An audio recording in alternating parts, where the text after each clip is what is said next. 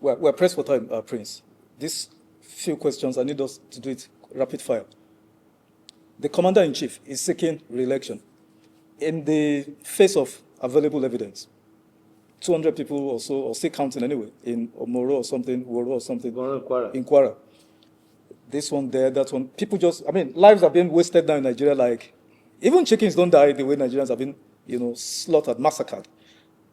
Does such a commander-in-chief, does he deserve re-election? Shortly, No, of course not. President Tinubu cannot even be a proper commander-in-chief because he can't do the work. Why? Because he's more or less an international businessman.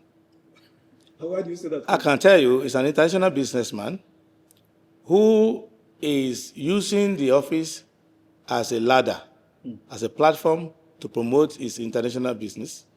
And the government, I know that as a fact, and that the government is full of people who ordinarily will have worked for him in his private business empire.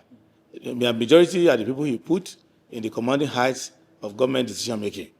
And the understanding is that these government offices are places to do business. And they don't see you as a citizen to serve. They see you as a customer to exploit and get something from you. And the commander-in-chief work is too boring for President Tinubu to do. You can see the business side of it, but for him to sit down, read security report, take his time, no. This was a person who even allowed himself to get to a point where his own ADC was to be promoted to a general rank without even going to war college. And I can tell you, I don't want to be personal against anybody, the ADC is even a traditional ruler in Kwara State. So it shows to you his relationship with the armed forces, that he does not understand that he's the number one soldier of Nigeria. He needs to give them command. He needs to be in the situation room with them. He needs to go to the forward operating bases from time to time. He needs to be hands-on. He needs to know what they are doing, and they need to know that he knows what they are doing and that he cares for what they are doing. He can't do it. He doesn't have the time. He doesn't have the temperament. And you have to understand that if you study psychology and physiognomy, you will understand that President Tinubu is a non-conformist. He's not a person who will say, this is how it's been done. Let me do it that way. No. He's iconoclastic. He likes to chart his own course. He charts his own course whether he breaks the rules or not.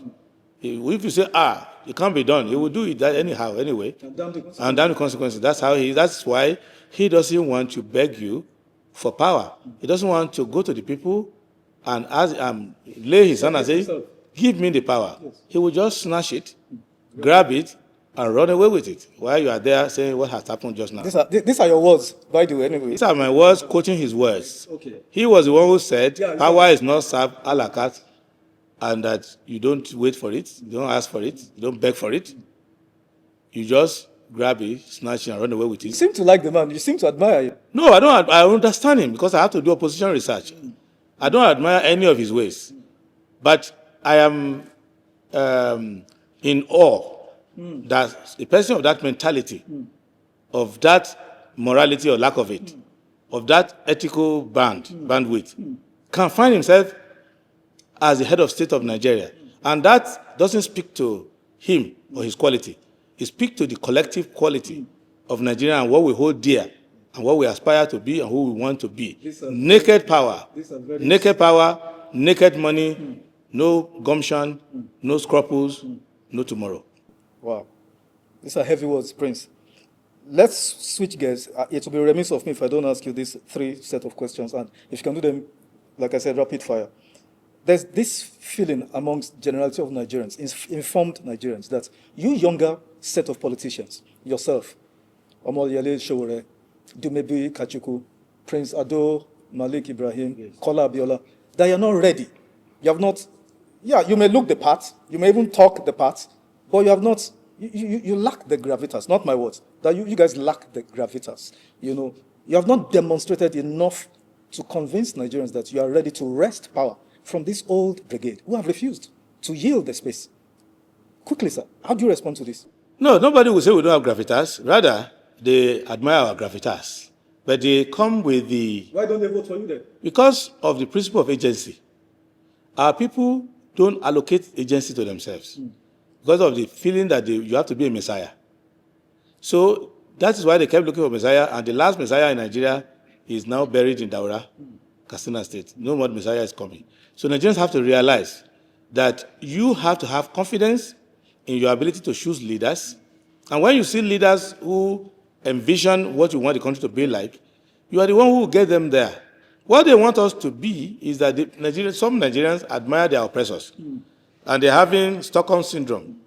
So they want you to be like the person who is already causing problem for them. They want you to be throwing money around, grabbing things, sponsoring violence, and doing unlawful things. But we are talking to our people. We are going around the country, and we are first not joining the system. The same people are advising us that if you can't beat them, why don't you join them? And from there, you can gradually, because I'm not in politics looking for a ladder to climb up to anywhere personally. I am in politics to bring a new set of values and to get Nigerians to understand that nobody is coming to help you. You have to do your own civic duty.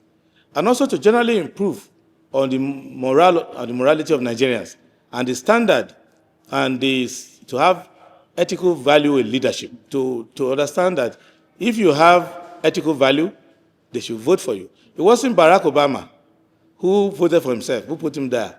People like us have shown more capacity than him. He only went to John Kerry's place to give a speech.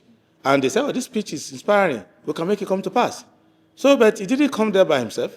So that is how our generation would do it. And it is the only thing we can do. Even physically and biologically, anybody who is older than us cannot perform the function of that office. It is too enormous, it's too onerous, and it's too tasking for them. And also, the vision of what the modern times needs to be like, they don't have it, they can't envisage it. If you tell them, they can't imagine it. Good. For you now, personally, I was speaking with someone who said, yeah, you have what it takes, but that, he didn't quite say this. This is me now, He said you didn't build the party. You went and joined the SDP. And there is a precedent for that. Chief Obafemi Awolowo, perhaps in my own reckoning, and I think other Nigerians who are likewise informed, remains the gold standard of what servant leadership, transformational leadership in this environment should be. When he came back from the UK, where he went to study law, he set up the action group before Adewole Adebayo, then later morphed into the action group, built it from ground up, invited people who shared his passion, his vision for Nigeria and all of that, maybe for Southwest anyway. And they had 5 cardinal points. Anybody who became governor under the platform knew what the ideology was. So the question to you, Prince, why haven't you started a party? Then take this quickly. Strategic communication to the people on your programs, your ideology, your ideas, and your remarkably different style of governance from what we have now. Because even beyond the tokenism of what they say they are doing, even the style, which is so grandiose, so opulent, so sickening. Okay, let me say something. First, people, maybe they miss a point or two in history. Awolowo did not set up a party. There was Adewole Adebayo. Yes. Bode Thomas played even more role than Awolowo in the formation of Adewole Adebayo. He was even funding it because he won a lottery when schooling as a student in England. And people like Justin were there, Onabamiro were there, many people. So Awolowo did not, on his own, form a party. But given his quality, he was made the leader. So it wasn't about forming a party. That's number one. Number two, the country discovered that even that system did not work because a political party is supposed to be a collective enterprise and not the followership of one person. You follow the principle. I joined the SDP when I was 19 years old. Why would I form another party when the party that I joined at the age of 19 has all the manifestos, ingredient, ideology? And Abiola used it to win elections in this country, even though the people who were there at that time truncated it. And the principles are valid and they are vested in the memory of the people. And this political party has nationwide acceptance across board. So why do I need to personally form a party? And in any case, why would the politics just be about my personal ambition alone? There are many people who believe what I believe in, all of us across the country. We are growing the party. So instead of forming another party, what I'm doing is contributing to the growth of the one which I joined as a youth. And the party is getting stronger and better every day. And we are investing our resources, time.